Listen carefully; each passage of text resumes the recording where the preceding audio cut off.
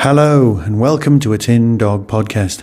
This time talking about, got my notes, must be episode 4 of Box of Delights. Adventures in CSO. Now, for those of you who don't know, CSO is Colour Separation Overlay.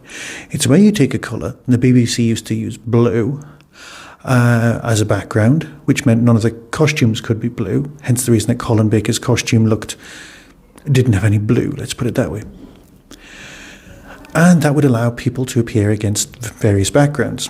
These days, green screen is used. It's exactly the same process.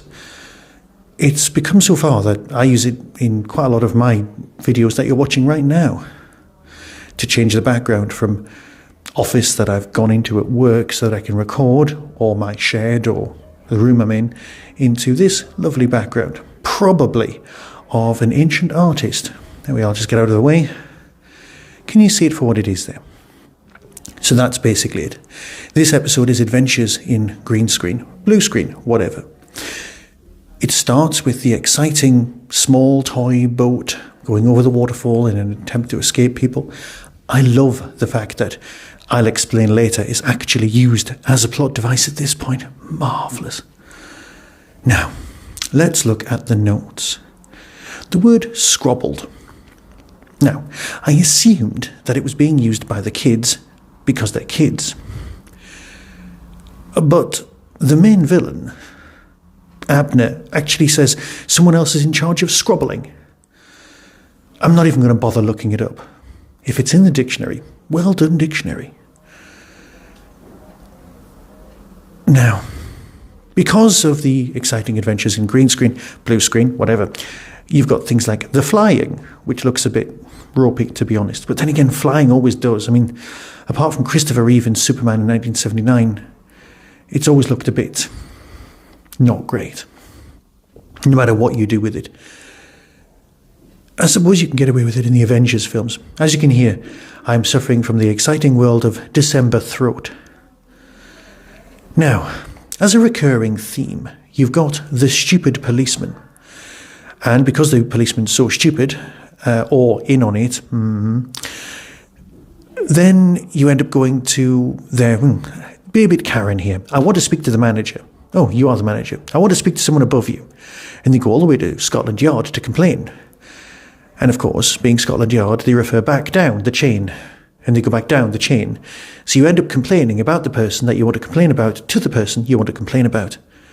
Which of course isn't going to work.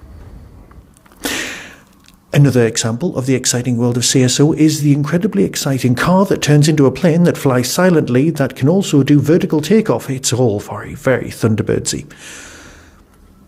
Also, the globe that glows, that allows you to have CCTV and allow you to spy in on your staff. Which is it magical? Is it intuitive?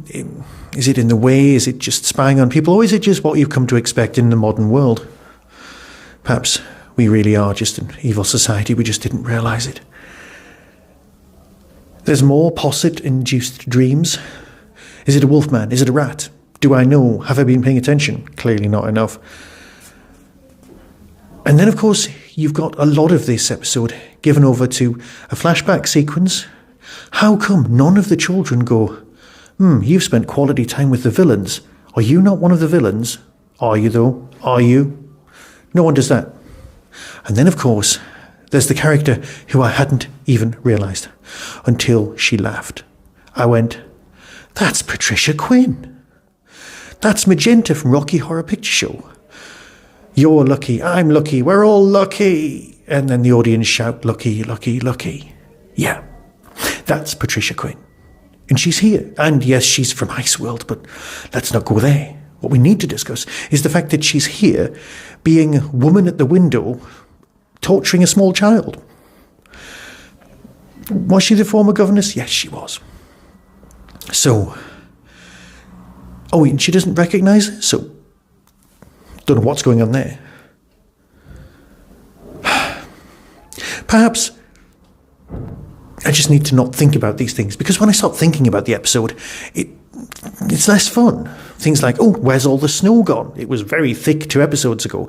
Now, I know from reality that snow can vanish quickly, and also that it wasn't really there until the end of filming. But it is odd that there's characters going, oh, it's been raining, or to go out in the rain, but then there's no rain and things like that. I'm not supposed to be spotting these things.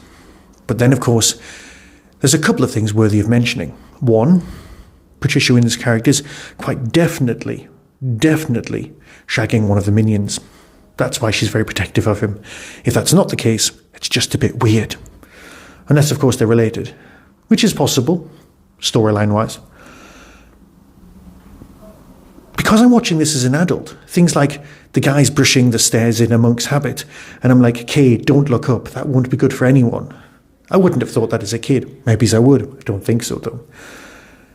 And the majority of this episode is also taken up with exposition. You actually get to find out who Cole Hawlings is. It's brilliant because Troughton's character is present throughout the entire story, although he's not actually present. He turns up at episode 1. He probably isn't going to turn up till the back end of the story, but he's always present. He is the MacGuffin, rather than the box of delights, which the kids actually have.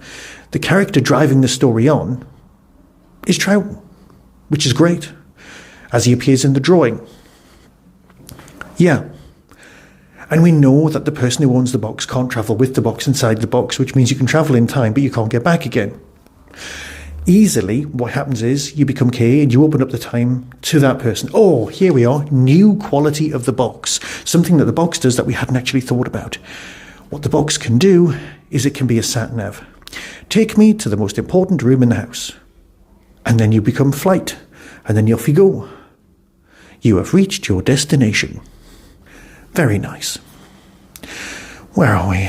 More clergymen disappear. It's a bit like, the Doctor Who thing with the Yeti on the underground with the cobwebs and things. So, do I need to say any more? There is a lot of hanging around. There's a lot of people falling over on gravel, if you look very closely. Perhaps I need to not be watching it on an upscaled Blu-ray player. Or perhaps I just need to watch it more on my phone. There is a lot of running around, but this is episode 4, which traditionally would have been one of the Doctor Who episodes with the running around. But like I said, there's exposition. There's people with elixirs of eternal youth, and it just kind of works, genuinely. So, am I enjoying it? More than I thought I would. Genuinely more than I thought I would. And you know what? I don't care that the police are terrible, because if the police were good at their job, who are you going to call? Torchwood? Actually, yeah. This could work as an audio. Torchwood with a box of delights? Maybe it's not. I think I'll leave it there, because I really want to go and watch episode 5? Yeah, episode 5. I've only got 2 left, and then it's Christmas. Nice. So until next time, when hopefully my throat will be a little bit better, be seeing you.